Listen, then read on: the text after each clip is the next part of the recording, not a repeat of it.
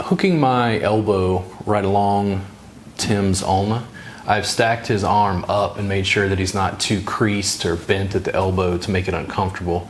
But I was trying to find an angle so I can glide right down along his ulna with my elbow to be able to sink into that lateral portion of his forearm extensors. You can see he naturally just started moving his fingers to try to access that. And if it's ever too much, Tim, just tell me. The pressure arguments in the massage community, to me, get a little bit old. When people talk about the fact that my meme was not science informed, I go, yeah, it's a meme. Like, I wasn't looking for scientific validity. I was looking for a giggle. Yeah.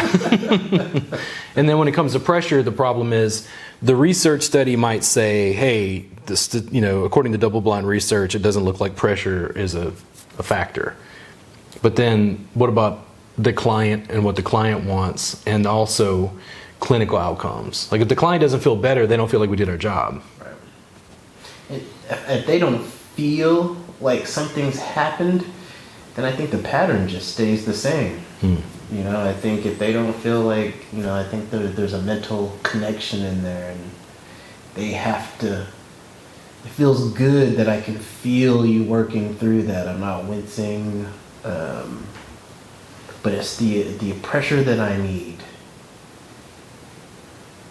So, I don't know how scientific that is.